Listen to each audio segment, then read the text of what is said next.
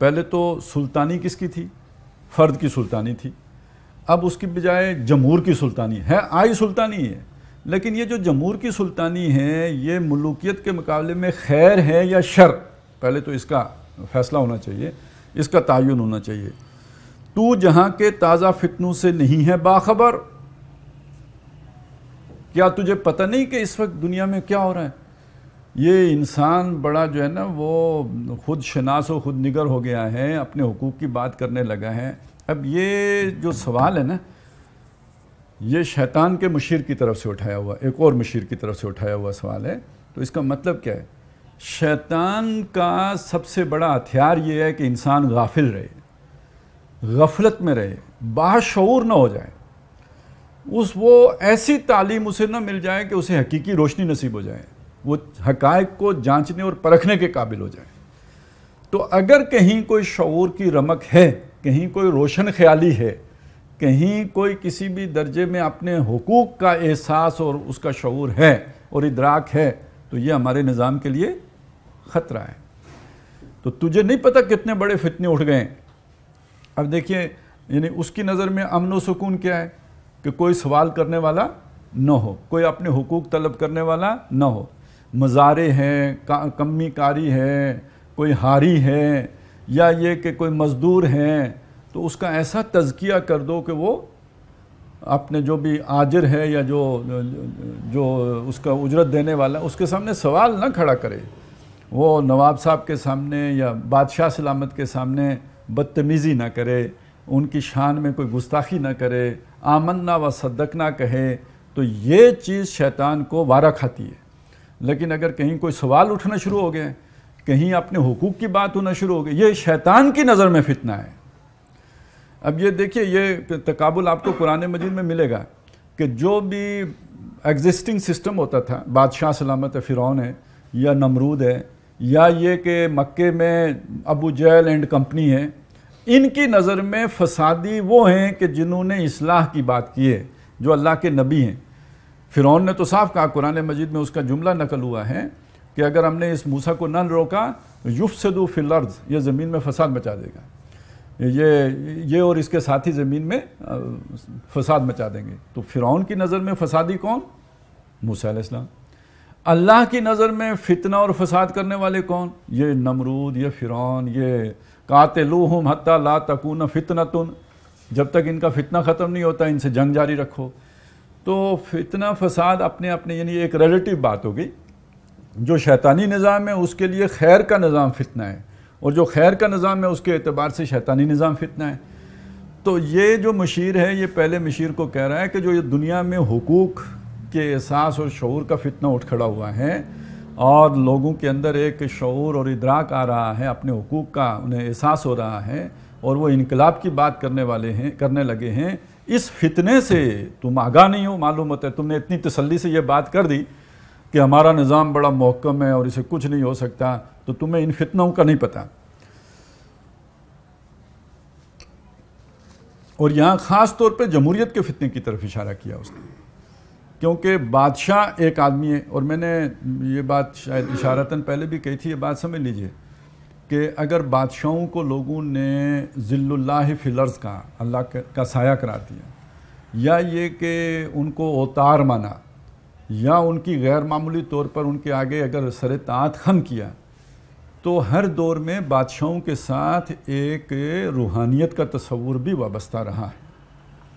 اور بادشاہوں کی روحانیت جو ہوتی تھی، یعنی وہ بھی غیر معمولی صلاحیتوں کے مالک ہوتے تھے. انہیں سچے خواب آ جاتے تھے، انہیں بھی کوئی انٹیلیجنس شیئرنگ ان کے ساتھ بھی ہو رہی ہوتی تھی، اور وہ اس کے مطابق اپنی پلاننگ کر لیتے تھے. اب ظاہر ہے جن لوگوں کو پتہ لگتا تھا کہ یار فتنہ بعد میں اٹھا، بادشاہ سلامت کو پہلے پتہ لگ گیا، تو ان کی نظر میں تو بادشاہ اب ایک بڑی روحانی مرتبے پر فائز ہو گیا نا، وہ کوئی غوث کتب تو ہو گیا نا. تو اس لیے وہ پھر اس درجے میں اس کا احترام بھی کرتے تھے. لیکن اب یہاں یہ بات سمجھ لیجئے کہ ایک بادشاہ، اکیلا شخص، اس کے ساتھ یہ کمیونیکیشن یا انٹیلیجنس شیئرنگ کون کرتا تھا؟ یہ شیطان کر رہا ہوتا تھا. لوگ سمجھتے تھے روحانیت ہے، خیال تو کہیں غیب سے ہی آتا تھا، یا خواب بھی غیب ہی سے آتا ہے، لیکن یہ کہ وہ رحمانی ہے یا شیطانی ہے یہ تو نہیں پتہ کہ وہ کمیونیکیشن کس نے کی. یوخی بعضهم الی بعض زخرف القول غرورا، یہ کس نے کیا؟ یہ تو پھر نہیں پتہ لگے گا نا، عام بندے کو تو نہیں پتہ لگے گا۔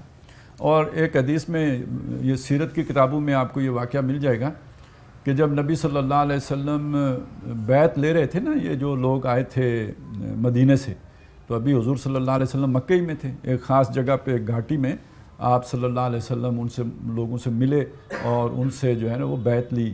تو اس گھاٹی کے شیطان نے جا کے دارالندوہ میں سرداران قریش کو بتایا کہ تم ادھر آرام سے بیٹھے ہوئے ہو اور ادھر تمہارے خلاف منصوبے پک رہے ہیں۔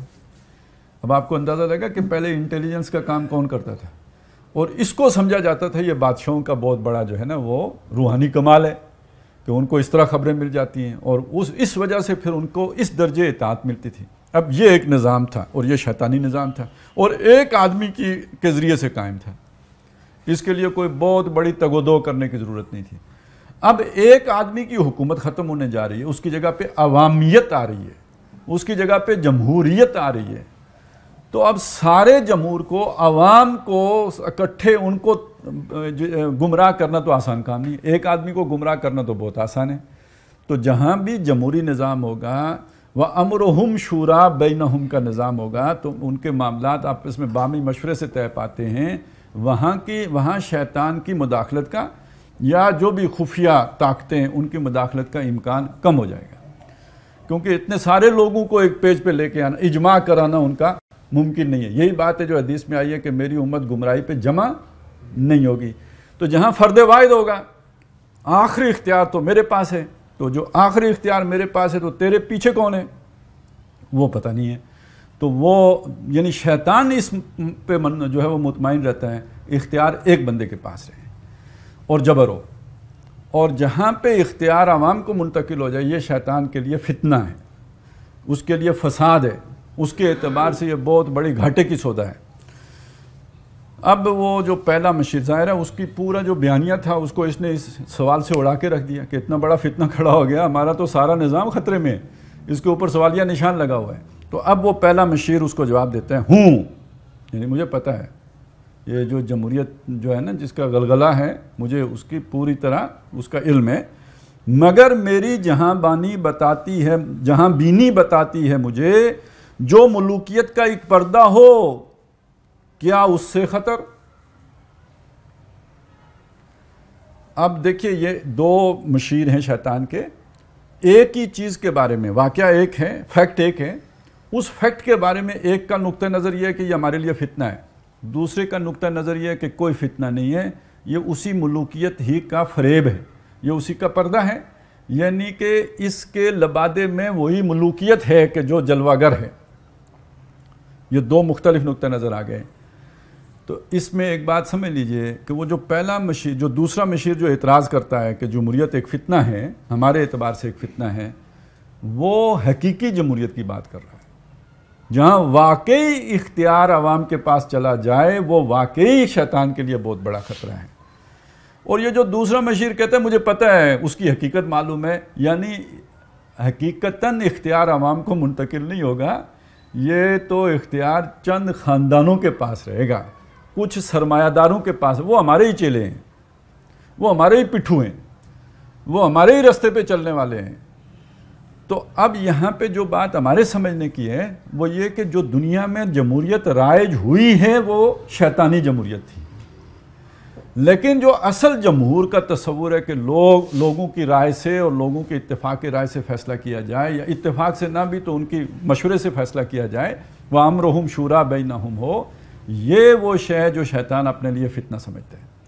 وہ جو امت گمراہی پہ جمع نہیں ہوگی تو پھر کیسے ایک ایسا فیصلہ ہو جائے گا کہ جو گمراہ کن فیصلہ ہو؟ ہاں ایک فرد گمراہ ہو سکتا ہے، وہ کوئی بھی ہو، رسول معصوم عن الخطا ہے، فرد کوئی معصوم عن الخطا نہیں ہے، تو اس سے غلطی ہو سکتی ہے۔ وہ معصومیت اللہ نے اجماع کے ساتھ جوڑ دی ہے، تو جہاں فرد کے پاس فیصلہ کا اختیار ہوگا وہاں شیطنت کا خطرہ ہے، اور حقیقی جمہوریت اگر آ جائے تو شیطنت کا خطرہ نہیں رہے گا، وہ ٹل جائے گا۔ اچھا یہاں پہ ذرا ضمنی طور پہ یہ بات ذہن میں رکھیے گا کہ ہمارا جو خلافت، ہم جو کہتے ہیں نا خلافت المسلمین، یہ پورا ذہن میں لے آئیں، یہ تصور کیا ہے؟ یہ در حقیقت اس چیز کے عین مطابق ہے، وَأَمْرُهُمْ شُورَىٰ بَيْنَهُمْ کے مطابق ہے، اور اس میں مشاورت کے ذریعے سے فیصلے ہوں گے، یعنی اس کی پوری روح اس کے اندر آ جاتی ہے۔ اور یہ بات بس موٹی بات اتنی جان لیجئے، جب تک نبی تھے تو زمین کے اوپر اللہ کی خلافت نبی کے پاس، ایک فرد کے پاس ہوتی تھی. جو نبی ہے وہ اللہ کا خلیفہ ہے. اور خلافت تو ہوتی نیابت ہے، جانشینی ہے. تو جس کی آپ جانشینی کر رہے ہیں اس کے ساتھ آپ کا کانٹیکٹ ہونا چاہیے نا، رابطہ ہونا چاہیے نا، اس کے ساتھ ہارٹ لائن کمیونیکیشن ہونی چاہیے. تو نبی کی ہوتی تھی یا نہیں ہوتی تھی؟ اب آپ بتائیے، حضرت ابو بکر کی بھی ہوتی تھی، حضرت عمر کی بھی ہوتی تھی. اب کسی کی ہوگی؟ آج ایک نظام قائم ہو جائے تو کیا کسی کی جو ہے وہ براہ راست اللہ سے رابطہ ہوگا؟ تو یہ نبی ہوتا ہے جو خلیفۃ اللہ فی الارض ہوتا ہے. نبی کے بعد کوئی شخص یہ نہیں کہہ سکتا کہ میں اللہ کا خلیفہ ہوں زمین کے اوپر. ہاں، اب وہ خلافت امت کو منتقل ہوئی ہے. اب امت اپنے میں سے جس کو خلیفہ بنا دے گی وہ اللہ کا خلیفہ نہیں ہوگا، وہ مسلمانوں کا خلیفہ ہوگا، خلیفۃ المسلمین ہوگا. تو اللہ کی خلافت نبی کے بعد منتقل ہوئی امت کو، اور امت اپنے میں سے جس کو بنائے گی وہ بن جائے گا خلیفۃ المسلمین. وہ مسلمانوں کو جواب دے. نبی مسلمانوں کو جواب دے نہیں ہے، وہ اللہ کو جواب دے.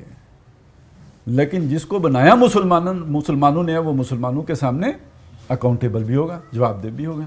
اب ہمارے ہاں خلافت کے نام پر ملوکیت کو دوبارہ، اور ملوکیت بھی اس روحانیت کے ساتھ، خلافت کے مقدس نام کے ساتھ، گویا خلیفۃ اللہ فی الارض.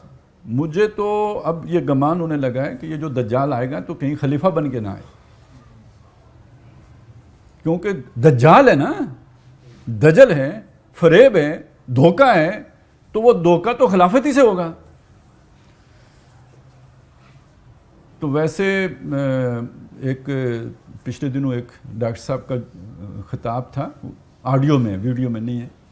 اس میں ڈاکٹر صاحب نے ذکر کیا ہے، یہ 1992 کا خطاب ہے، جس میں ڈاکٹر صاحب نے ذکر کیا کہ فری میسنری کا یہ منصوبہ ہے کہ دنیا میں کسی ملک میں خلافت قائم کی جائے.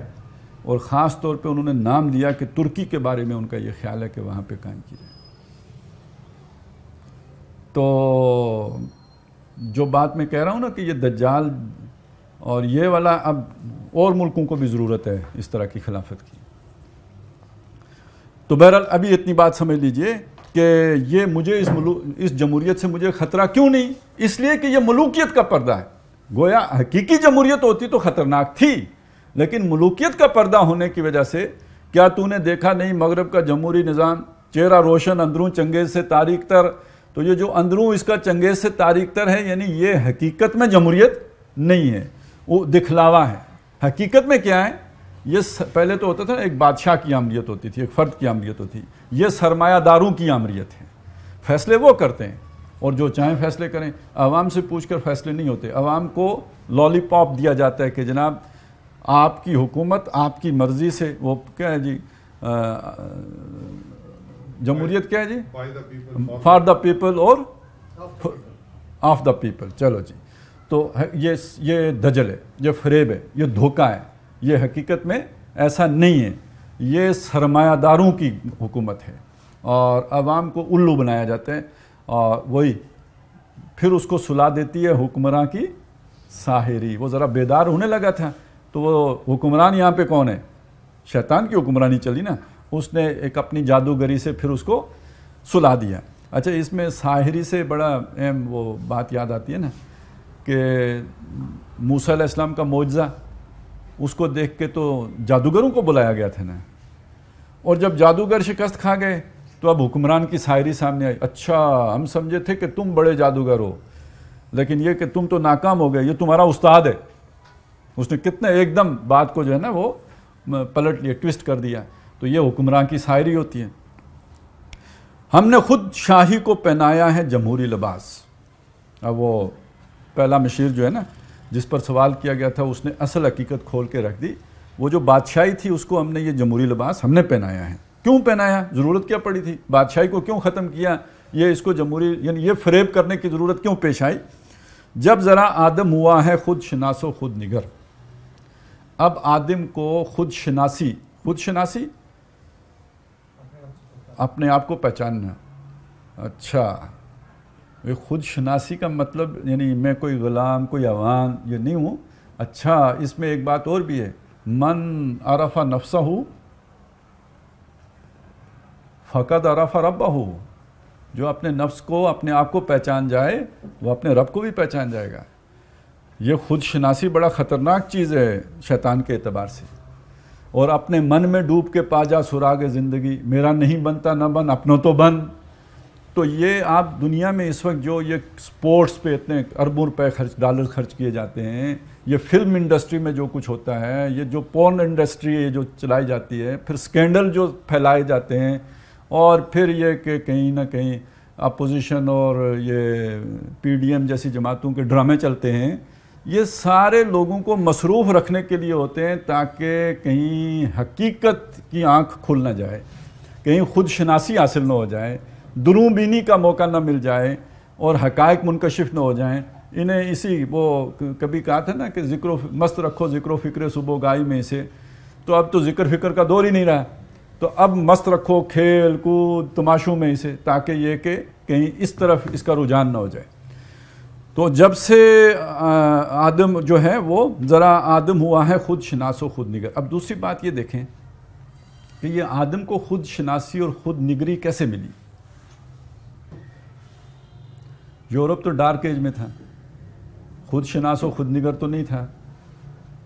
تو یہ جسے ہم کہتے ہیں جناب تحریک احیاء علوم، روشن خیالی کی تحریک، رینائنسنس جو ہوا ہے یورپ کا، اس کے نتیجے میں خود شناسی اور خود نگری آئی ہے نا۔ اور اس کے پیچھے دیکھیں تو کیا ہے، یعنی یہ وہ ایک 1000 سال کا عمل ہے کہ جو نور فاران کی وادیوں میں بکھیرا تھا محمد رسول اللہ نے صلی اللہ علیہ وسلم، اور جس کا یہ والا خود شناسی اور خود نگری والا حصہ مسلمان بھول بیٹھے تھے۔ یہاں بھی ملوکیت آ گئی تھی نا، اور ملوکیت نے بھی تقدس کا جامع یہاں پہ پہن کے آئی تھی، اور خلیفہ جو ہے وہ السلطان و ذل اللہ فی الارض بن کے آیا تھا۔ تو اب اس کو تو اس کے سامنے تو نواسہ رسول نہیں کھڑا ہو سکتا، وہ بھی قابل گردن زدنی ہے، تو کوئی اور کیسے کھڑا ہوگا؟ تو وہ نظام جو محمد الرسول اللہ صلی اللہ علیہ وسلم چھوڑ کر گئے تھے، وہ در حقیقت اس کی ایک یوں سمجھے دھندلی سی یاد انسانیت کے اجتماعی لاشعور میں کہیں نہ کہیں موجود تھی۔ اور خاص طور پر جو مسلمانان عرب جو ہیں وہ اسپین پہ جو حکومت کرتے رہے، وہاں پہ انہوں نے اپنی یونیورسٹیاں بنائیں، تو کسی نہ کسی درجے میں وہ چیز وہاں پہ آہستہ آہستہ پھیلتی رہی، اور اس نے انڈے بچے دیے، اور اسی کے نتیجے میں یہ ساری تحریک وہاں پہ اٹھی تھی۔ نہیں تو اس اندھیرے دور میں یورپ آج بھی اندھیرے ہی میں ہوتا ہے۔ تو اس کے پیچھے در حقیقت نور مصطفیٰ ہی ہے صلی اللہ علیہ وسلم۔ ہاں، ہم مسلمانوں کا اس میں کوئی کنٹریبیوشن، ہم نے بھی اس نور کو دبانے میں، مٹی میں شامل کرنے میں کوئی کسر نہیں اٹھا رکھی، تو یہ اس کے نتیجے میں ہوا۔ تو یہ یعنی یہ بات میں اس لیے بھی آپ کے سامنے رکھ رہا ہوں کہ اس بات کو سمجھیے کہ آج ہمارے ہاں ایسے انتہا کی سوچ پائی جاتی ہے کہ مغرب کی ہر شے بری ہے، مغرب کی ہر جو چیز ہے اس کو اٹھا کے دیوار پہ پٹک دینا چاہیے، کوئی کام کی شے نہیں ہے۔ تو یہ جو خود شناسی اور خود نگری کا شعور وہاں پہ پیدا ہوا ہے، اس سے شیطان کو تکلیف پہنچ رہی ہے۔ تو اگر ہم اس کو بھی اٹھا کے پھینک دیں گے تو فائدہ کس کا کریں گے؟ شیطان کا کریں گے۔ کاروبار شہر یاری کی حقیقت اور ہے، یہ وجود میر و سلطان پر نہیں ہے منحصر۔ اچھا جی، کاروبار یعنی یہ دنیا کا انتظام انصرام، اس کی حقیقت جو ہے نا، اس کا تعلق یہ نہیں ہے کہ ایک ہی بادشاہ ہو۔ یہ ہمیں وہ طریقہ آتا ہے کہ ہم کچھ خاندانوں کو کس طریقے سے لوگوں کے اوپر مسلط کر کے اپنا الو سیدھا کر سکتے ہیں۔ مجلس ملت ہو یا پرویز کا دربار ہو، یہ غلام احمد پرویز نہیں ہے، یہ بات خسرو پرویز ہے، وہ جو یعنی ملوکیت کی علامت پرویز۔ اور اس پرویز کے اندر آپ چنگیز بھی لے آئیں، اور اس پرویز کے اندر آپ ملوکیت نمرود فرعون ہر طرح کی وہ اس کو لے کے آئیں۔ اور مجلس ملت پارلیمنٹ، قومی اسمبلی، نیشنل اسمبلی، سینٹ، یہ مجلس ملت ہے۔ قومی اسمبلی، ملت قوم، اور اسمبلی مجلس، وہ اکٹھے ہونے کی وہ جو بھی جگہ ہے۔ تو مجلس ملت ہو یا پرویز کا دربار ہو، یعنی یہ جو مجلس ملت ہوتی ہے یہ جمہوریت کی علمبردار یا اس کی نشانی ہے نا، اور پرویز کا دربار ملوکیت کی علامت ہے۔ تو خواہ یہ ملوکیت والا پرویز کا دربار ہو یا جمہوریت والی پارلیمنٹ ہو، یہ مجلس ملت میرا خیال ہے ایک کسی جماعت کے جو سیاسی تصور ہے، یہ جو دینی جماعتیں ہماری خلافت کے لیے کوشاں ہیں، ان میں سے کسی کا بھی پارلیمنٹ کے لیے انہوں نے یہی، یعنی جمہوریت ویسے تو ان کے یہاں کفر ہے، لیکن جو بھی انہوں نے اپنا مجلس شورا کے لیے جو لفظ استعمال کیا وہ مجلس ملت کا ہے۔ مجلس ملت ہو یا پرویز کا دربار ہو، ہے وہ ہو۔ اچھا، اس سے مجھے ایک بات یاد آئی، ایک زمانے میں ہمارے ہاں ایک بات چلی، یہاں پنڈی کے ایک ساتھی تھے، انہوں نے بات اٹھائی کہ یہ جو تنظیم اسلامی کی مجلسیں ہوتی ہیں نا، یہ جو بھی میٹنگز ہوتی ہیں، تو اس میں میٹنگز کے اندر جس طرح کی چیزیں ڈسکس ہوتی ہیں تو وہ زیادہ تر ایسا لگتا ہے یہ بزنس میٹنگ ہو رہی ہے، کوئی دینی ماحول ہوتا ہی نہیں۔ ظاہر ہے بھائی وہ فلانے اسرے کی میٹنگ میں کیا ہوا اور فلانے، وہ اسی طرح کی چیزیں ہوتی تھیں۔ تو اس پہ بڑا غور و غوص ہوا کہ بھائی اس کا کیا علاج کیا جائے، تو آخر جو فیصلہ ہوا یہ تھا کہ آج کے بعد اس کا نام جو ہے نا میٹنگ نہیں رکھا جائے گا، اس کا نام اجلاس رکھا جائے گا۔ تو اسی طرح بعض لوگوں کو پارلیمنٹ سے تو بڑی چیڑ ہے، وہ کہتے ہیں نہیں پارلیمنٹ کفر ہے، اس کا نام مجلس ملت رکھا جائے گا۔ تو یہ مجلس ملت ہے۔ تو مجلس ملت ہو یا پرویز کا دربار ہو، ہے وہ سلطان غیر کی کھیتی پہ ہو جس کی نظر۔ سمجھ آئی؟ یعنی شیطان کے اعتبار سے کیا شے سلطانی ہے، کیا شے ملوکیت ہے، کیا شے اس کے نظام کے مطابق ہے، دوسرے کی کھیتی کو ہڑپ کرنے والا جو نظام ہے نا وہ ہمارا نظام ہے، بس کہانی ختم۔ ایک لفظ سے سمجھو، اس کا نام خلافت رکھو، اس کا نام جمہوریت رکھو، اس کا نام پرویزیت رکھو، جو نام اسے مرضی دو، جس کی روح یہ ہے کہ دوسرے کی کمائی تم نے کھانی ہے۔ لا تاکلوا اموالکم بینکم بالباطل وتدلوا بها الی الحکام لتاکلوا فریقا من اموال الناس بالاثم وانتم تعلمون۔ یہ جہاں پہ ہے نا کہ دوسرے کے مال کو باطل طریقے سے ہڑپ کرنا، وہ سود کے ذریعے سے ہو، ڈاکے کے ذریعے سے ہو، چوری کے ذریعے سے ہو، کسی ہتھ کنڈے کے ذریعے سے ہو، کسی فائن ٹیکٹس کے ذریعے سے ہو، یہ ہمارا نظام ہے۔ تو پہلے یہ کام کون کرتا تھا؟ غیر کی کھیتی پہ نظر کس کی ہوتی تھی؟ بادشاہوں کی، وڈیروں کی۔ ظاہر ہے وہ وڈیرے جاگیردار بادشاہوں کے پالے ہوئے ہی ہوتے تھے نا، کہ وہ انہیں فوجیں سپلائی کرتے تھے، تو غیر کی کھیتی پہ ان کی نظر ہوتی تھی۔ اور اب اس کھیتی پر یا محنت پر، اب یہ کھیتی کو محنت کے معنی مزدور کی محنت، اس کے اوپر کس کی نظر ہے؟ سرمایہ دار کی نظر ہے۔ تو اپنا ہی نظام ہے، پرواہ کی بات۔ اب یہ اس نے شہریاری کی بنیاد بتا دی آپ کو کہ فرق کہاں پہ پڑے گا، اسلامی نظام میں اور شیطانی نظام میں فرق یہاں پہ پڑے گا کہ جب کسی کی نظر دوسرے کی محنت یا کھیتی کے اوپر ہوگی، یہ ہمارا نظام ہے۔ اور جہاں عدل و انصاف ہو جائے، ہر ایک کو اس کا حق مل رہا ہو، یہ ہمارے لیے فتنہ ہے، یہ ہمارے لیے فساد ہے۔ اچھا، اب اس سے وہ بات سمجھ لینا جو شاہ ولی اللہ رحمۃ اللہ علیہ نے فرمائی ہے کہ جہاں پہ تقسیم دولت کا نظام غیر منصفانہ ہو جائے، ایک طرف دولت کا ارتکاز اور دوسری طرف فقر و فاقہ ہو جائے، تو یہ دو دھاری تلوار ہے۔ اب دیکھیے شیطان نے لمبی پلاننگ نہیں کی، بہت جسے کہتے ہیں تفصیلات میں نہیں گیا، انہوں نے کہا ایک اصولی فیصلہ کر لیتے ہیں، باقی کام خود بخود ٹھیک ہوگا۔ وہ جیسے شیرہ لگایا تھا نا اس نے، وہ کسی نے شیطان کو کہا نا بندہ قتل ہو گیا، اس نے شیطان سے کہا کہ تم نے قتل کروا دیا مردود آدمی تم نے، اس نے کہا نہیں میں نے تو نہیں قتل کیا، میں نے تو صرف شیرہ لگایا تھا۔ ہوا یہ تھا کہ ایک دیوار پہ اس نے ذرا، جہاں حلوائی بیٹھا ہوا تھا، حلوائی کی جو وہ پرات تھی اسی سے اس نے تھوڑا سا شیرہ انگلی سے اٹھایا، دیوار سے لگا دیا، اس پہ مکھی آ گئی۔ اب مکھی آ کے شیرہ چوس رہی تھی تو اوپر سے چھپکلی آ گئی، اور اس حلوائی کی بلی پاس بیٹھی ہوئی تھی۔ اسی دوران ایک گاہک آ گیا جس کے پاس کتا تھا، جس کے ساتھ کتا بھی آ گیا۔ تو اب وہ مکھی پر نظر تھی چھپکلی کی، چھپکلی پر نظر تھی بلی کی، اور بلی جب کتے نے دیکھی تو کتا اس کی اپنی ہرس جو ہے وہ جاگ اٹھی، اور بیک وقت ایسا ہوا کہ چھپکلی نے جمپ کیا پکڑنے کے لیے مکھی کو، ٹھیک اسی وقت بلی نے چھلانگ لگائی چھپکلی کے اوپر، اور کتے نے چھلانگ لگائی بلے کے اوپر۔ کتا اور بلی دونوں کڑائی میں، وہ سارا اس کا ساری محنت ضائع ہو گئی حلوائی کی۔ حلوائی اور کتے والا دونوں لڑے، ایک قتل ہو گیا۔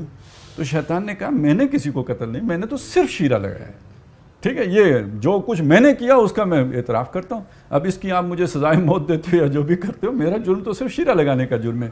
تو اسی طرح شیطان نے اس نظام کے بگاڑ کے اندر صرف شیرہ یہ لگایا کہ تقسیم دولت کا نظام غیر منصفانہ بنا دو، باقی کام خود بخود ہوگا، پھر کتا بلی والا کھیل خود ہوگا، اور یہ پھر کشمکش اور کشاکش اور فساد اور آپس کی لڑائیاں اور جھگڑے اور جو بھی مصیبتیں آئیں گی وہ خود آئیں گی۔ تو ہم نے جب یہ پہلے یہ نظام لے کے آئے تھے بادشاہی نظام کے طور پر، جب خطرہ ہوا کہ اس کا لبادہ اترنے لگا ہے تو ہم یہ جمہوریت کو وہ لبادہ پہنا کے لے آئے، اس لیے کہ لوگوں کے اندر اس کا جو ہے وہ شوق پیدا ہو گیا تھا، تو دھوکہ دیا گیا۔ دنیا میں حقیقی جمہوریت کہیں نہیں آ سکی، جو دل میں جو جس طرح کی لوگوں کی خواہش تھی وہ والی والٹر اور روسو والی جمہوریت دنیا میں کہیں بھی کبھی بھی کسی بھی وقت کے لیے نہیں آ سکی، نیور۔ تو مجلس ملت ہو یا پرویز کا دربار ہو، ہے وہ سلطان غیر کی کھیتی پہ ہو جس کی نظر۔ تو اب اس معنی میں اس جمہوریت کو آپ کیا کہیں گے؟ آمریت کہیں گے۔ اس معنی میں آپ اسے کہیں گے سرمایہ داروں کی آمریت۔ دیوے استبداد جمہوری کبا میں پائے کو، تو سمجھتا ہے یہ آزادی کی ہے نیلم پری، یہ دھوکہ، یہ فریب ہے، یہ دجل ہے جو لوگوں نے کھایا ہے۔ بلکہ اگر آپ اسے ایک اور طریقے سے دیکھیں نا کہ، اور یہ حقیقت ہے کہ خلافت راشدہ کے بعد، اور خاص طور پہ یہ جو بعد کے دور میں خلافتیں رہی ہیں مسلمانوں کی خلافتیں، اموی خلافت ہو، عباسی ہو، خاص طور پہ پھر جو عثمانی خلافت رہی ہے، اس میں جو ظلم و ستم ہوئے ہیں، جو پھر اس میں ایک طرح کی وہ امپریلزم والی سوچ آئی ہے، استعمارانہ سوچ، تو اس نے کس شے کو بدنام کیا؟ خلافت کو بدنام کیا۔ بدنام خلافت ہوئی ہے کہ خلافت ایسی ہوتی ہے۔ عمر والی خلافت تو لوگوں کو یاد نہیں رہی نا، لوگوں تو عثمانیوں کی خلافت یاد ہے۔ اور رنگیلے، کیا رنگیلا تھا وہ جو ننگا آتا تھا دربار میں، اور اس کے پروٹوکول میں سارے درباریوں کو بھی ننگا ہونا ہوتا تھا۔ اور یہ کہیں میں افغانستان، پتہ نہیں کوئی ویرانستان کی بات نہیں کر رہا ہوں، دہلی میں، اور خلافت کے بینر تلے ہم نے ایسی خلافت بھی دنیا میں بتائی ہے بھائی، یہ خلافت ہے۔ تو اب رنگیلا شاہ بدنام کس شے کو کر رہے ہیں؟ خلافت کو بدنام کر رہے ہیں۔ تو یہ بش ہو یا اور اس طرح کے لوگ ہوں، انہوں نے بدنام کس کو کیا؟ جمہوریت کو، الٹا بدنام کر دیا اس کو۔ تو نے کیا دیکھا نہیں مغرب کا جمہوری نظام، چہرہ روشن اندرون چنگیز سے تاریک تر، وہ ساری بات جو ہے اس نے آ کے اس ایک سوال کے جواب میں، وہ جو اس نے کہا نا فتنہ، جمہوریت کا فتنہ آ رہا ہے، اس نے کہا کوئی پرابلم نہیں، یہ اپنا ہی جو ہے ہم نے اس کو ٹیم کر لیا ہے۔ اب ظاہر ہے ابھی وہ جمہوریت ہمارے قابو میں آ چکی ہے، ہم نے اسے بے قابو نہیں ہونے دیا۔ اب ذرا آپ سوچئے، بس سوچنے کی بات جو اہم تر ہے وہ یہ ہے کہ یہ جو شیطان نے بساط بچھائی ہے وہ کتنی دور جا کے پری ایمپٹیو میئرز لیتا ہے کہ اگر کہیں سے اس کے اعتبار سے کوئی فتنہ اٹھ رہا ہے، اس فتنے کو وہ کیسے ٹالتا ہے۔ سامنے سے نہیں آتا کہ اس کو پیچھے دھکیل دو، اس کا رستہ روک دو، یہ نہیں کرتا، وہ اس کے ساتھ شامل ہو جاتے ہیں اور اندر سے واردات ڈال کر وہ اس کو اپنے مطلب کا بنا لیتا ہے۔ اچھا، یہ بات اگر اس طرح کنسپچولی سمجھنا مشکل ہو تو میں آپ کو ایک مثال دے دیتا ہوں۔ حضرت مسیح علیہ السلام کو یہودیوں نے نہیں مانا، لیکن وہ حواریوں کو ایمان لانے سے روک تو نہیں سکے، اور حواریوں نے جو دعوت پھیلائی آج ساری دنیا میں کہاں پہنچ چکی ہے عیسائیت، تو روک تو نہیں سکتے تھے۔ تو انہوں نے کیا کیا؟ انہوں نے سینٹ پال کو عیسائی بنا کر عیسائیوں میں شامل کیا، اور اس نے پھر فائن ٹیوننگ شروع کی ہے عیسائیت کی، اور اسے کچھ سے کچھ بنا دیا۔ اس کا اصل جو ہے نا وہ ڈنک جو ان کے مفاد پر پڑتا تھا اس کو ہٹا دیا، اور خود اس کو یعنی ایک بہت بڑا شرک کا جو ہے وہ ذریعہ بنا دیا ہے۔ یہ کام ساتھ شامل ہو کے کیا گیا ہے۔ تو آپ کے وہ مخالفین جو باہر بیٹھے ہیں وہ اتنے آپ کے لیے خطرناک نہیں ہوتے جتنے کہ وہ مارے آستین ہوتے ہیں جو آپ کے ساتھ شامل ہو کے پھر آہستہ آہستہ انحراف کرتے ہیں، رستے سے ہٹاتے ہیں، دائیں بائیں موڑ دیں، ٹویسٹ کر دیتے ہیں، فائن ٹیوننگ کر دیتے ہیں، اور بس ایک ایک لفظ نکالنا ہوتا ہے، کوئی زیادہ اس میں مشقت نہیں کرنی ہوتی، اور شے کچھ سے کچھ ہو جاتی ہے۔ پہلے ہوتا ہے وی آر ایکولس، اور پھر بس اس میں اتنی تبدیلی ہوتی ہے سم آر مور ایکول۔ زیادہ تبدیلی نہیں ہوتی، بس اتنی ساری تبدیلی ہوتی ہے۔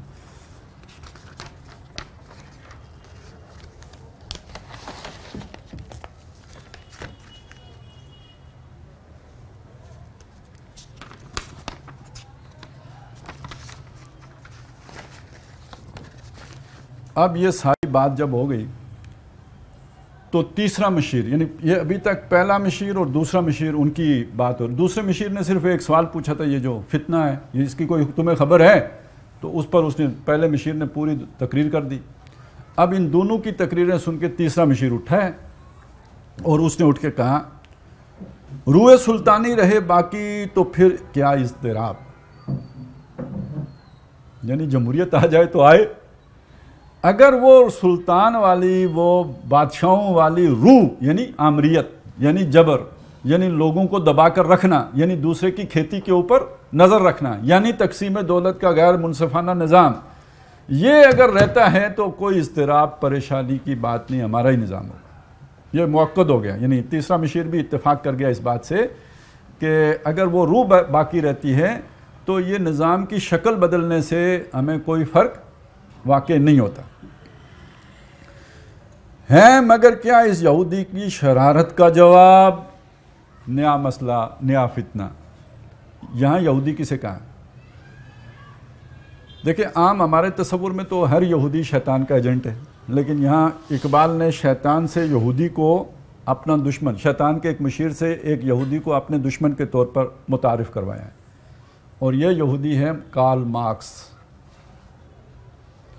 کہ جس نے مزدوروں میں نئی روح پھونک دی ہے، جس نے ایک ولولہ دے دیا ہے، اور یہ کہ وہ اب یہ بات بھی کھول رہا ہے کہ یہ جمہوریت اصلی نہیں ہے، یہ سرمایہ داروں کی آمریت ہے۔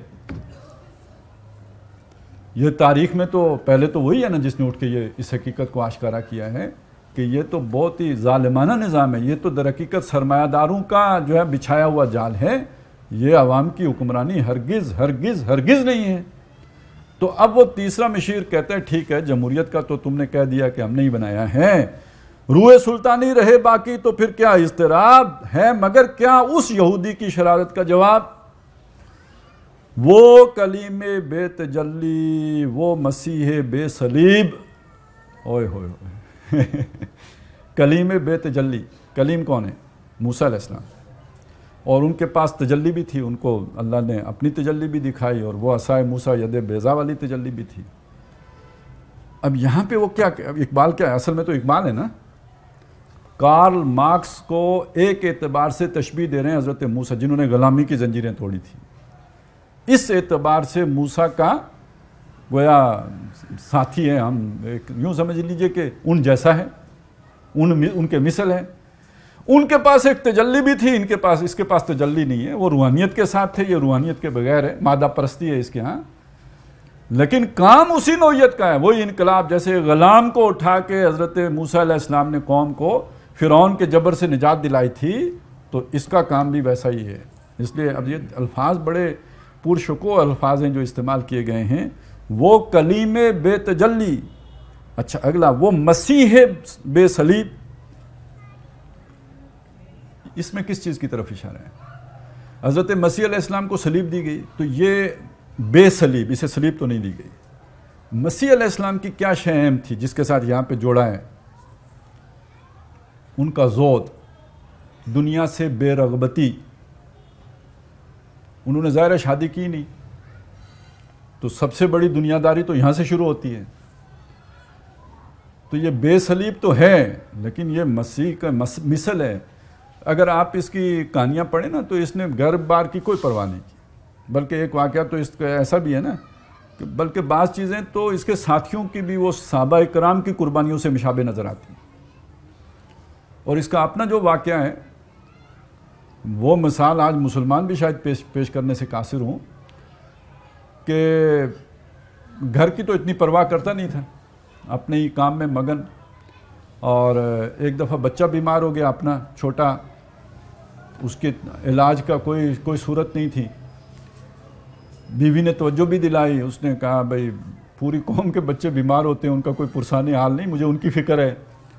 خیر اس بیچاری نے خود ہی کوئی کوشش کی، کوئی گھر کا سامان بیچا، کوئی زیورات یا کپڑے بیچے، جو بھی کیا، کوئی دوائی کے پیسے بنا کے دیے، میاں کو، تو وہ خود نہیں گئی لینے، لیکن دوائی لینے مارکس کو ہی دیے، وہ جاؤ لے آؤ. تو وہ پہلے تو دوائی لینے چلا گیا. رستے میں سوچا کہ ہمارے پاس تو پھر کوئی سامان تھا جو بیچ کے ہم نے دوائی کا اہتمام کر لیا ہے. یہ ہزاروں غریبوں کے بچے جو بیمار ہوتے ہیں ان کے پاس تو کچھ بھی نہیں ہوتا. تو اگر میرا فلاں پمفلٹ چھایا ہو جائے تو دنیا میں انقلاب آ جائے گا اور اس کے نتیجے میں اتنے غریبوں کا بھلا ہو جائے گا. تو اس نے ان پیسوں سے بجائے دوائی خریدنے کے جا کے وہ پمفلٹ شائع کرا دیا. اب بچے کا کیا ہوا مجھے نہیں معلوم، لیکن بہرحال ذرا آپ اندازہ لگائیں نا.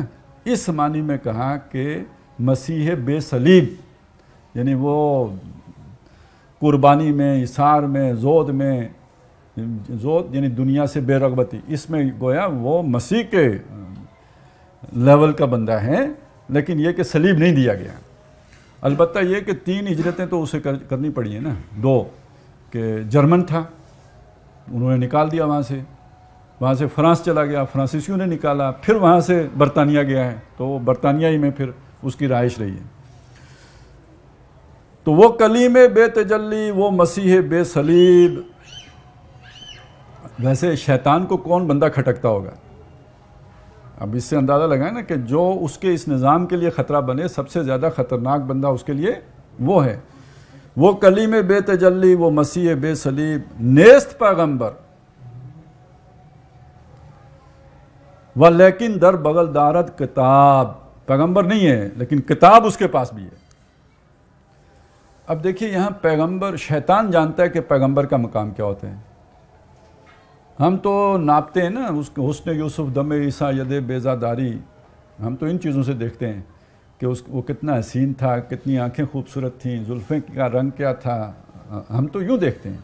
شیطان کسی اور معنی میں دیکھتے ہیں. شیطان کس معنی میں دیکھتا ہے؟ وہ قرآن نے بیان کیا ہے کہ یہ لقد جو ہم نے رسول بھیجے، ارسلنا رسولنا بالبینات، ہم نے بھیجے، انہیں نشانیاں دیں، کتابیں دیں. وانزلنا معہم الکتاب والمیزان، ایک میزان عدل اجتماعی بھی دی ان کو، لیقوم الناس بالقسط، تاکہ لوگ انصاف پر کھڑے ہو جائیں. تو رسولوں کا سب سے بڑا مقصد دنیا میں انصاف قائم کرنا ہوتا ہے. شیطان کا مقصد انصاف کو ختم کر کے ظلم قائم رکھنا ہوتا ہے. تو شیطان کے اعتبار سے سب سے زیادہ خطرناک لوگ تو نبی ہیں، پیغمبر ہیں. یہ جو شخص آیا ہے جس کا نام مارکس ہے، نیست پیغمبر تو نہیں ہے. ولیکن در بغل دارد کتاب، اس کی بغل میں ایک کتاب موجود ہے. کتاب آ کے بھونچال لاتی ہے. کتاب لوگوں کے ذہن بدلتی ہے، کتاب لوگوں کی سوچ بدلتی ہے. اچھا، ایک کتاب آپ سکول میں پڑھتے ہیں، یہ پتہ ہے کون سی کتاب پڑھتے ہیں؟ نہیں پتا. میں بتاؤں، یہ وہ کتاب پڑھتے ہیں جو دشمن کے بچوں کو پڑھائی جاتی ہے. سمجھ آئی؟ کیوں پڑھائی جاتی ہے؟ تاکہ ان کا شعور سلب کیا جائے، شعور دیا جائے نا، کبھی ہمارے مقابلے میں کھڑے نہ ہو جائیں. یہ اس لیے دیا ہے. پیغمبر جو کتاب لے کے آتا ہے وہ ہدی للناس بینات من الہدی، وہ شعور دیتی ہے جو شیطان توبہ کرتا ہے. الحذر، آئین پیغمبر سے 100 بار الحذر، اس سے وہ سخت ڈرتا ہے، سخت بھاگتا ہے. تو یہ شخص بھی کتاب لے کے آ گیا ہے. یہ وہ والی کتاب نہیں ہے جو دشمن، یہ وہ کتاب ہے جو انقلاب لاتی ہے. یہ والی کتاب لے کے آ گیا ہے. در بغل دارد کتاب. کیا بتاؤں کیا ہے کافر کی نگاہ پردہ سوز، مشرق و مغرب کی قوموں کے لیے روز حساب. پردہ سوز، وہ جو آپ نے پردہ ڈالا ہوا ہے لوگوں کی نگاہوں کے آگے، وہ اس کو آشکارا مطلب ہٹا دیتا ہے، جلا دیتا ہے، اور اس کے نتیجے میں حق و باطل کو واضح، وہی فرقان کا کام کرتا ہے. اور اس سے پھر جو لوگ موٹیویشن ان کے اندر پیدا ہوتی ہے، انسپائرڈ ہوتے ہیں، جو مزدور اٹھ کھڑے ہوتے ہیں، انہیں اپنے حقوق کا احساس ہوتا ہے، وہ گریبان پکڑتے ہیں اپنے مالکوں کا. کاش کوئی اس کی سوئی ہوئی دم ہلا دے، وہ جو فیض نے کہا تھا. تو وہ کوئی دم جب اس کی ہل جاتی ہے وہ کتاب پڑھ کے، تو وہ پھر اپنے آقاؤں کا جو ہے وہ کچھ عمر نکالنے کے لیے اٹھ کھڑے ہوتے ہیں. تو گویا وہ تو اکاؤنٹیبلٹی، تقدس ختم. وہ جو ایک حالہ بنایا ہوتا تھا وہ اڑ گیا، اور اب لوگ حساب مانگنے آ گئے. محاسبہ کرنے آ گئے. اچھا ان لوگوں کو محاسبے کو یہ تو بدتمیزی کے درجے میں رکھتے نا. وہ تو توبہ محاسبہ اور ہمارا اللہ کر سکتا ہے, اس سے نیچے کوئی نہیں کر سکتا. تو یہ شے جو ہے وہ بڑی یعنی یہ تو اب خطرے میں آ گئے, محاسبے کا دور آ گیا. تو یہ جو ہے وہ یہ فساد کس نے پیدا کر دیا جی؟ یہ مزدوروں کو حقوق کا تصور کس نے دے دیا؟ یہ غریبوں کو جو ہے جگانے کا کام کون کر رہا ہے؟ یہ کون گستاخ ہے کہ جس نے ہمارے جو اقلیم کے اندر یہ بغاوت پیدا کر دی ہے؟ یہ وہ جو کلیم بے تجلی اور مسیح بے صلیب اور نیست پیغمبر ولیکن در بغل دارت کتاب, اس نے آ کے یہ بھونچال پیدا کر دیا ہے. اس سے بڑھ کر اور کیا ہوگا؟ طبیعت کا فساد. اب دیکھیں نا, ہم نے تزکیہ کر کے طبیعت رواں کر دی تھی, اب اس بدبخت نے آ کے طبیعتوں کے اندر بگاڑ پیدا کر دیا ہے اور لوگوں کو فساد پر آمادہ کر دیا ہے, لڑائی بھڑائی پر اٹھا دیا ہے. توڑ دی بندوں نے آقاؤں کے خیموں کی تناب. یہ انتہا درجے کی گستاخی ہے کہ ایک آپ جگہ پہ قیام کیے ہوئے ہیں, وہاں پہ عام لوگوں کے بھی خیمے ہیں, بادشاہ سلامت کا خیمہ بھی لگا ہوا ہے. تو ویسے تو وہ ریڈ زون ہے نا, اس تو ایریے سے گزرنا آپ کے لیے جائز نہیں ہے. نہ صرف وہاں آپ پہنچ گئے بلکہ ان کے خیمہ جن رسیوں سے کھونٹوں کے ساتھ بندھا ہوا تھا وہ تنابیں آپ نے, وہ رسیاں آپ نے کاٹ دیں. یعنی خیمہ بادشاہ سلامت کے اوپر خاویۃ علی عروشہا, وہ ان کے اوپر گر پڑا. کتنی بڑی توہین ہو گئی. تو یہ بغاوت کس نے پیدا کی؟ یہ لوگوں کو گستاخ کس نے بنا دیا؟ یہ وہ جو نیست پیغمبر ولیکن در بغل دارت کتاب, اس نے لوگوں کے اندر یہ گستاخی پیدا کر دی. اچھا ویسے دیکھیے ہمارے بھی مزاج ایسے بنا دیے گئے نا, مذہب کے نام پر ایسے بنا دیے گئے سوال نہیں کرنا. وَلَا تَسْأَلْنِي عَنْ شَيْءٍ حَتَّى أُحْدِثَ لَكَ مِنْهُ ذِكْرًا. اس لیے کہ خضر نے موسیٰ سے کہا تھا کہ سوال نہ کرنا, تو تم بھی کسی سے سوال نہ کرنا. یہ بھول جاتے ہیں کہ موسیٰ نے ہر موقع پہ پوچھا کہ خضر صاحب یہ کیا حرکت فرمائی ہے آپ نے؟ یہ تو یعنی پیغمبر کا تو کام ہی ہے کہ وہ پھر پوچھے کہ بھئی آپ نے کیا کیا ہے. تو وعدہ اپنی جگہ وہ قسم کا کفارہ ادا کریں گے, لیکن یہ کہ اگر منکر ہوتا دیکھیں گے تو بولیں گے, کیوں نہیں بولیں گے؟ تو بولے حضرت موسیٰ علیہ السلام, ہر موقع پہ بولے. آپ ذرا سوچیے, اپنے ذہن میں ایک بات لائیے. ایک بادشاہ ہے, اس کا دربار ہے اور اس کے درباری سامنے موجود ہیں. کیا ادب احترام. وہ جو بادشاہ آتا ہے وہ آپ نے فلموں میں تو دیکھا ہوگا نا کہ وہ ہوشیار بادب با ملازہ تیار بادشاہ سلامت تشریف لا رہے ہیں جو ہوتا تھا. تو وہ جو بادشاہ سلامت آتے ہیں تو اس طرح وہ ان کا استقبال ہوتا ہے.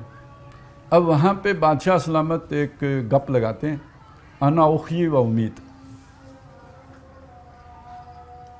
میں بھی زندہ کرتا ہوں, میں بھی مارتا ہوں. تو وہاں پہ ایک نوجوان کھڑے ہوتے ہیں, وہ کہتے ہیں کہ جی فَإِنَّ اللَّهَ يَأْتِي بِالشَّمْسِ مِنَ الْمَشْرِقِ فَاتِ بِهَا مِنَ الْمَغْرِبِ. اللہ تو وہ ہے جو سورج کو مشرق سے لے کے آتے ہیں, آپ اسے مغرب سے لائیں. اب اس پورا ماحول کیا بنا ہوگا؟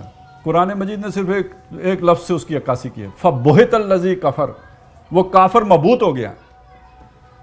تو جب جو لوگ جس کی اتنی عزت کرتے ہوں وہ ایک نوجوان کے اندر سامنے اس طرح بے بس ہو جائے, اس سے بڑا ان لوگوں کی نظر میں بدتمیزی کا کام اور کیا ہو سکتا ہے؟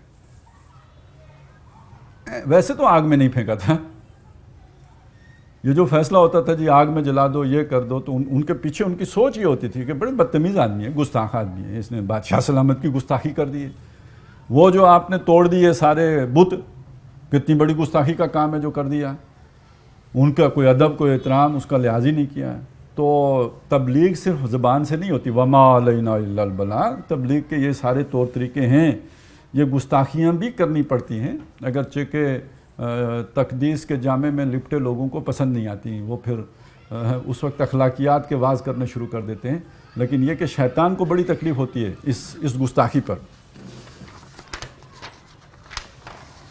چوتھا مشیر, اب چوتھا اٹھا ہے جی. اب یہ جو نیا اٹھا ہے نا فتنہ, یہ کون سا؟ مارکس کا فتنہ, جس نے یہ مزدوروں کے اندر ایک بغاوت کی لہر پیدا کر دی ہے, جس سے ہمارا نظام لرزنا شروع ہو گیا ہے. اب وہ چوتھا مشیر اٹھ کے کہتا ہے, توڑ اس کا رومت الکبریٰ کے ایوانوں میں دیکھ. ہم تو پریمپٹیو میئرز لیتے ہیں. تمہیں وہ فتنہ نظر آیا, ہم نے پہلے ہی اس کا توڑ کر دیا ہے. اور وہ توڑ کیا ہے؟ وہ توڑ ہے فاشزم. یہ جو رومت الکبریٰ, یہ جو وہ سلطنت روما, عظیم سلطنت روما, رومت الکبریٰ, یا یہ وہ پرانا جو چلا آ رہا کیسر والا نظام تھا.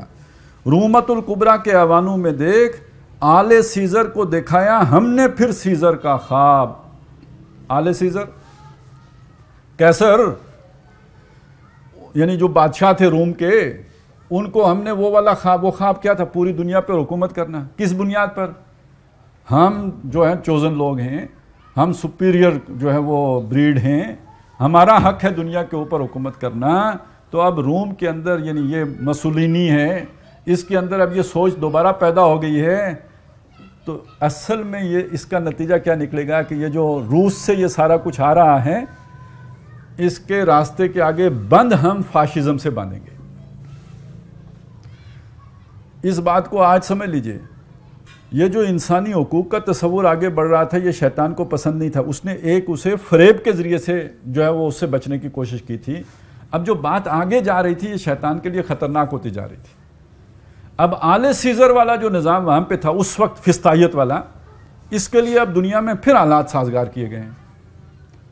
یہ جو ہندوستان میں مودی آیا ہے, یہ وہی سوچ ہے, وہی فلسفی ہے جو آل سیزر کی تھی. ہندوستان ہندوؤں کا, سپیریئر ہندو ماتا, یہ جو سارا یہ جو ہے نا آر ایس ایس, اس کے پیچھے یہی سوچ ہے. اب آپ چلیے امریکہ, ابھی تو پھر جمہوریت واپس آ گئی ہے, لیکن یہ تھوڑے وقت کے لیے آئی ہے. بی جے پی کی حکومت ایک دفعہ بنی, پھر کانگریس آئی تھی, پھر بی جے پی اس طرح آئی ہے. اسی طرح سمجھ لیجئے کہ وہاں پر یہ جو بائیڈن صاحب آئے, یہ ایک عارضی تبدیلی ہے. اصل میں جو وہ فلسفی ہے جو ٹرمپ والی جو ہے, اس کے پیچھے جو اصل سوچ ہے وہ وائٹ سپریمیسی کی سوچ ہے. اور اس کے ساتھ وہ ساری فسطائیت ہے. جب ٹرمپ آیا تھا اس نے کیا کیا اقدامات کیے تھے, وہ سارے ذہن میں رکھیے. اور اب جب وہ طاقت لے کے آئیں گے تو یہ صرف امریکہ کا مسئلہ نہیں ہے, یہ پورے یورپ میں یہ سوچ پیدا کر دی گئی ہے.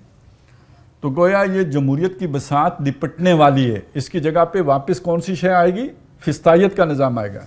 اور اس کے لیے جس ماڈل کی مثالیں دی جاتی ہیں نا, جو کامیاب ترین ماڈل ہے دنیا میں اس فسطائیت کا, وہ چائنا ماڈل ہے. اور آپ دیکھیں چائنا میں مسلمانوں کے ساتھ جتنا ظلم چائنا میں کیا گیا ہے, پروپیگنڈا بھی ہوگا, کچھ چونکہ کچھ طاقتیں اس کی مخالف ہیں, ضرور پروپیگنڈا بھی ہوگا, لیکن سارا پروپیگنڈا نہیں ہے. ہمیں ایسے لوگ بھی ملے ہیں جو وہاں رہ کے آئے, انہوں نے بھی بتایا. تو وہ جو ہے وہ نہ انڈیا میں ہے نہ اسرائیل میں ہے, وہ نرالی بات ہے. اور وہاں واقعتاً جو ہے وہ جسے کہتے ہیں نا ایتھنک کلینزنگ, نسل کشی, اور اب تو وہ بالکل ہی ٹرانسفارمیشن.